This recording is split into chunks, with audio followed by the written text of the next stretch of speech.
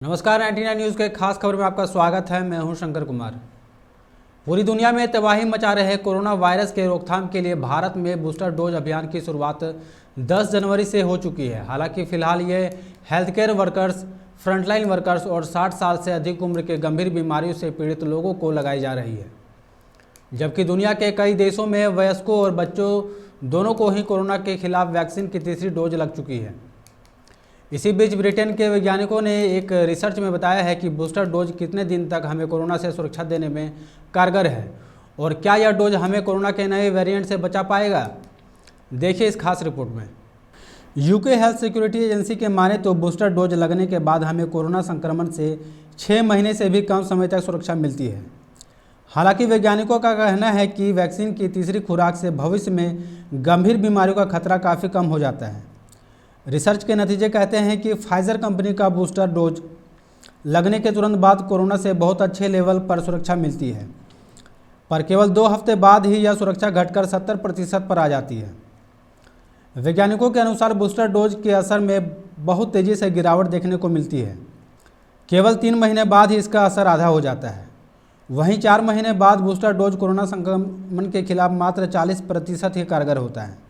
Research में पाया गया कि बूस्टर डोज लेने के बाद मरीज को कोरोना संक्रमण भले ही हो जाए, लेकिन वह गंभीर रूप से बीमार नहीं होता है। वैज्ञानिकों के मुताबिक फाइजर वैक्सीन की तीसरी डोज लेने के 2 हफ्ते बाद भी हॉस्पिटलाइजेशन का खतरा 95% कम होता है।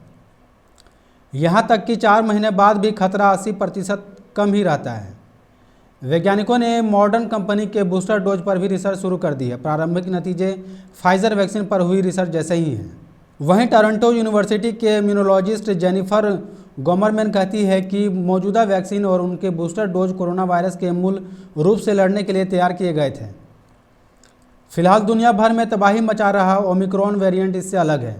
इसमें अब तक 50 से भी ज़्यादा म्यूटेशन हो चुके हैं, जिससे वायरस के गुण काफ़ी बदल गए हैं। इसलिए बूस्टर डोज भी इस वेरिएंट के सामने पूरी तरह असरदार नहीं है। गोमरमैन के अनुसार बूस्टर डोज लेने के कुछ समय बाद भले ही शरीर में एंटीबॉडी कम हो जाती है, लेकिन ये हमें गंभीर बीमारियों से ज़रूर बचाती है।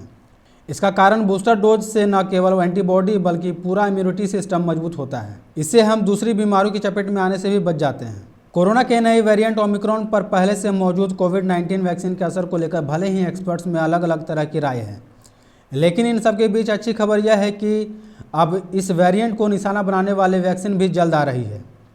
पुणे की जिनोवा बायोफार्मास्यूटिकल्स ने इस नई तरह की वैक्सीन को तैयार किया है और जल्द ही इसके ह्यूमन ट्रायल शुरू होने जा रहे हैं। वेरिएंट स्पेसिफिक वैक्सीन देश की पहली mRNA टेक्नोलॉजी पर आधारित वैक्सीन है। बता दें कि इससे पहले यही कंपनी कोरोना के अब तक के सबसे खतरनाक साबित हुई है। डेल्टा वेरिएंट के लिए भी ऐसे ही वेरिएंट स्पेसिफिक वैक्सीन बना चुकी है। हालांकि अभी इसके आखिरी फेज के ट्रायल के लिए भारत सरकार से मंजूरी मिलने की प्रक्रिया पूरी नहीं हुई है। 99 न्यूज़ की ब्यूरो रिपोर्ट। 99 न्यूज़ के खास खबर में इतना ही। आप देखते रहें 99 न्यूज़।